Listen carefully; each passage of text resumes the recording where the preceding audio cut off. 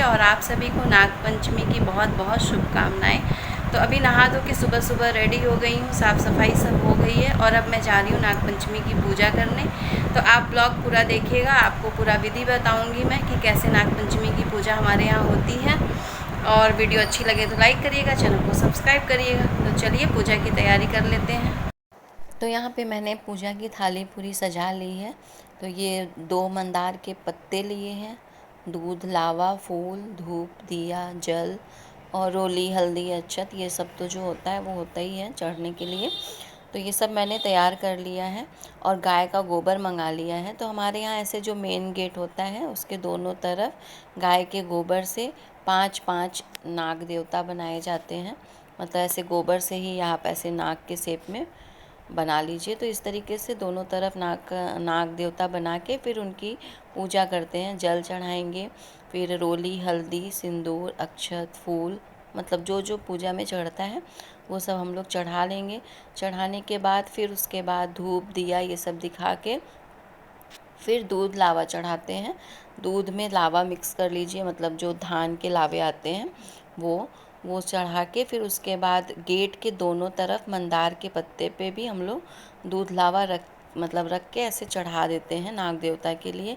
तो इस तरीके से नाग पंचमी की पूजा हो जाती है। फिर उसके बाद मतलब घर के जितने भी कोने हैं, जितने कमरे हैं, किचन, बाथरूम, छत, बालकनी, तो हर जगह फिर ऐसे ही मंदार के पत्ते पे दूध, लावा रख के और हर जगह घर के हर कोने में हम लोग ऐसे रखते हैं। तो यहाँ पे मैं यही कर रही हूँ। पूरे जितने मंदार के पत्ते हैं, जितने हमारे यहाँ कमरे हैं, उतने मैं मंदार के पत्ते ले ली थी। फिर सब पे थोड़ा थोड़ा दूध, लावा रख के फिर हर जगह हम लोग इसको रख देते हैं। तो हमारे यहाँ ना जब तक दूध, लावा नहीं चढ़ता हर जगह पूरे घर के कोने में, मंदिर में, तब तक हम लोग गाइस, चिन्ह अभी नहीं सुबह की जलाते। सब पूजा पाठ हो गया, नाग पंचमी का भी मैंने सारा पूजा कर लिया, मंदिर भी मैं होके आ गई हूँ। और इतनी गर्मी, आज फिर से बहुत ज़्यादा गर्मी हो गई है। तो अभी अभी मंदिर से आई हूँ, काम सब ख़त्म है, मतलब ऊपरी जो घर के काम होते हैं। अभी मुझे लंच बनाना है, तो चलिए दिखाते हैं अभी क्या बना रही हूँ। तो यहाँ पे मैंने भिगोया है चना की दाल, अभी इसकी बनाऊँगी दाल की पूड़ी। हमारे यहाँ नाग पंचमी के दिन दाल पूड़ी बनती है और खीर बनती है। खीर के लिए मैंने चावल भिगो के रखा है और कद्दू की सब्जी। तो अभी सबसे पहले बना लेती हूँ ब्रेकफास्ट। तो यहाँ पे मैं पनीर सैंडविच बना रही हूँ और चाय।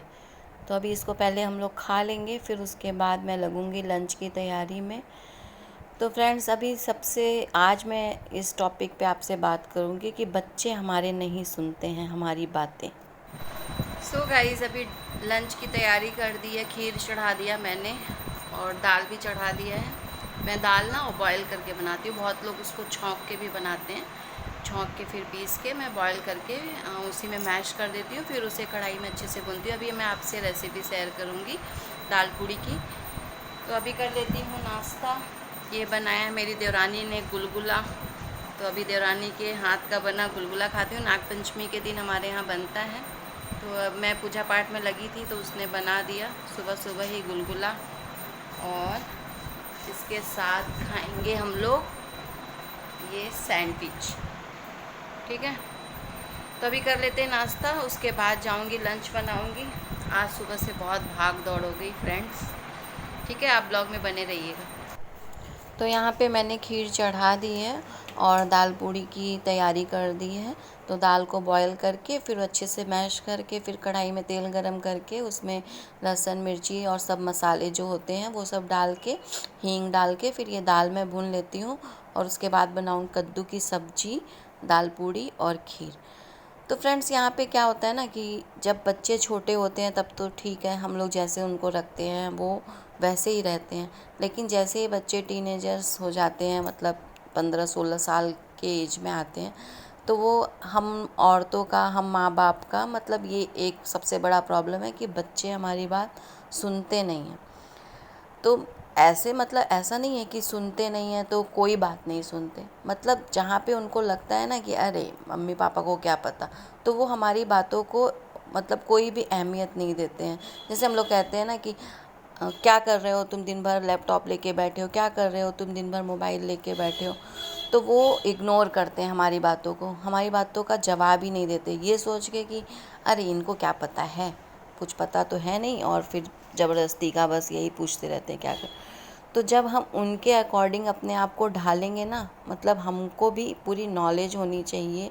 भले हम कम पढ़े लिखे, हमने सिर्फ बीए एमए किया हुआ है, हमको नहीं पता है कि क्या है, लेकिन आजकल गूगल और यूट्यूब का ज़माना है। आप अपने आप को थोड़ा अपडेट रखिए, आपको पता हो कि हाँ बच्चे क्या क्या देख सकते हैं मोबाइल में, क्या कर सकते हैं मोबाइल लैपटॉप में, आपको जानकारी होनी चाहिए।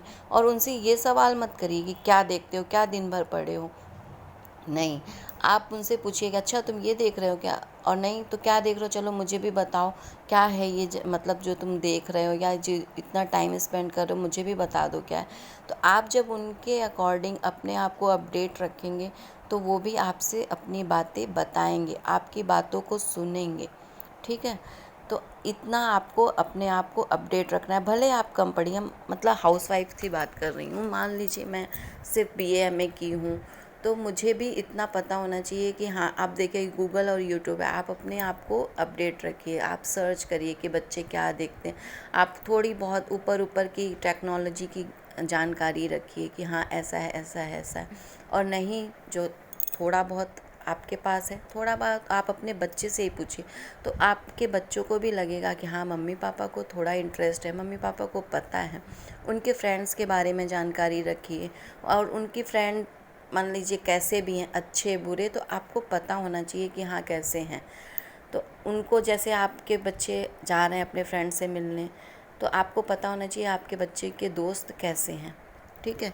तो उनके फ्रेंड में भी आप इन्वॉल्व रहिए कि अच्छा ये दोस्त तुम्हारा ये बहुत अच्छा है, वो ऐसा है, तो उसके दोस्तों के बारे में भी आप अपने बच्चों से बातें करिए, तो वो अपने दोस्तों की भी बातें आपसे शेयर करेंगे। तो इस तरीके से जब आप उनके लाइफ में इन्वॉल्व रहेंगे तो वो आपकी बात ज़रूर सुनेंगे, आपसे अपनी बातें बताएंगे। बस ये नहीं कि ऊपर ऊपर आपको कोई मतलब नहीं है, बस देख लिया कि हाँ बच्चा मोबाइल में लगा है, लैपटॉप में लगा है, घूम रहा है, तो बस डांट दिया कि बस तुम तो दिन भर घूम रहे हो, तुम तो दिन भर मोबाइल में लगे हो। नहीं, जब आप उनकी लाइफ में इन्वॉल्व रहेंगे, उनसे कुछ बातें सीखेंगे, उनको अपना एक्सपीरियंस बताएंगे कि हाँ ये देखो ये चीज़ें सही है, मैंने भी ये चीज़ अपनी लाइफ में गलत किया था तो मुझे इसका ये भुगतान भोगना पड़ा। तो जब आप अपने एक्सपीरियंस उनको बताएंगे, उसको बता के अच्छी बुरी उसका आप अंजाम बताएंगे कि ये ऐसा करोगे तो तुम्हारे साथ ऐसा होगा, तो वो भी आपकी बात सुनेंगे, इंटरेस्ट लेंगे, और आप उनकी बातों से आप भी कुछ सीखें कि अच्छा ऐसा होता है, तो वो भी आपको इंटरेस्ट के साथ अपनी सारी बातें बताएंगे। तो यहाँ पे देखिए मेरा ये लंच बन गया है, मेरी सब्जी खीर सब बन गई, अभी मैं बना रही हूँ दाल पूड़ी, और अभी फटाफट से मैं सबका खाना लगा दूँगी। तो फ्रेंड्स बस इतना है कि हमें भी बच्चों की लाइफ में इन्वॉल्व रहना रहेगा। ये नहीं कि हम खुद रील्स पे रील देख रहे हैं, दिन भर यूट्यूब चला रहे हैं, फेसबुक देख रहे हैं, और बच्चे यदि मोबाइल नहीं, अच्छा तुम पढ़ नहीं रहे हो ना, तुम दिन भर मोबाइल देख रहे हो, तो ऐसा करने से बच्चे क्या करेंगे, मन भले आपका एक बार जवाब नहीं देंगे, लेकिन मन में यही सोचेंगे खुद तो दिन भर मोबाइल लेके पड़े हो, तुमको क्या पता कि मैं क्या कर रहा हूँ, वो मन में यही सोचेगा। लेकिन जब आप ऐसे पूछेंगे ना कि अच्छा बताओ क्या कर रहे हो, देखो मुझे भी बताओ क्या कर रहे हो, मैं भी सीखूं, देखें तो क्या से हो सकता है आपका बच्चा ठीक है थोड़ी देर वो रील देख रहा हो, लेकिन आजकल बच्चे मोबाइल से, लैपटॉप से, टेक्नोलॉजी से कुछ कमाने में, कुछ सीखने में भी लगे रहते हैं। तो ठीक है, आप उनको अपनी ज़िंदगी जीने दीजिए, ऐसा नहीं है कि वो कुछ भी देखें कुछ भी सीखें, आप उस पर जानकारी रखिए और उनको लेट को कि ठीक है जो तुम कर रहे हो, हाँ उनको अच्छे बुरे का आप ज्ञान देते रहिए कि बेटा ये चीज़ अच्छा ये बुरा, लेकिन खुद भी एक एग्जाम्पल उनके आगे आपको सेट करना होगा अपना, ठीक है। तो इस तरीके से जब आप बच्चों को हैंडल करेंगे, बच्चों के साथ पेरेंट्स के साथ साथ आप दोस्त भी बन के रहेंगे, तो वो डेफ़िनेटली आपकी सारी बातें सुनेंगे, अपनी बातें आपसे शेयर करेंगे, और आपकी प्रॉब्लम बहुत हद तक ऐसे कम हो जाएगी। तो मेरी बातें आपको यदि अच्छी लगी हो तो प्लीज़ कमेंट में ज़रूर से बताइएगा, वीडियो को लाइक शेयर ज़रूर करिएगा, चैनल को सब्सक्राइब करना बिल्कुल मत भूलिएगा।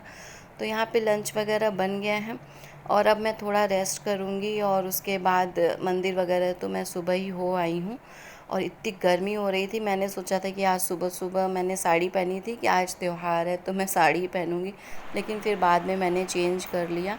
फिर नागपंचमी के दिन हमारे यहाँ पैरों में आलता लगता है, मेहंदी भी लगती है, लेकिन मेहंदी लगाने का टाइम नहीं मिला तो मैंने अपने पैर में रंग लगाया। फिर सासू माँ के भी पैर में मैंने आलता लगाया और फिर उसके बाद इस तरीके से हमारा नागपंचमी का पूरा त्यौहार हम लोगों ने सेलिब्रेट किया। तो मैं आशा करती हूँ कि आपका भी नागपंचमी का त्यौहार बहुत अच्छे से मना होगा। भगवान भोलेनाथ आप सबकी रक्षा करें, सबकी मनोकामना पूरी करें और मेरी पूरी वाईटी फैमिली ऐसे ही हंसती खिलखिलाती मुस्कुराती रहे। तो आज का ब्लॉग मैं यहीं पे एंड करती हूँ, मिलती हूँ आपसे नेक्स्ट ब्लॉग में। प्लीज़ फ्रेंड्स मेरे चैनल को सब्सक्राइब करना बिल्कुल मत भूलिएगा, वीडियो को लाइक ज़रूर से करिएगा। तो मिलती हूँ आपसे नेक्स्ट ब्लॉग में। बाय।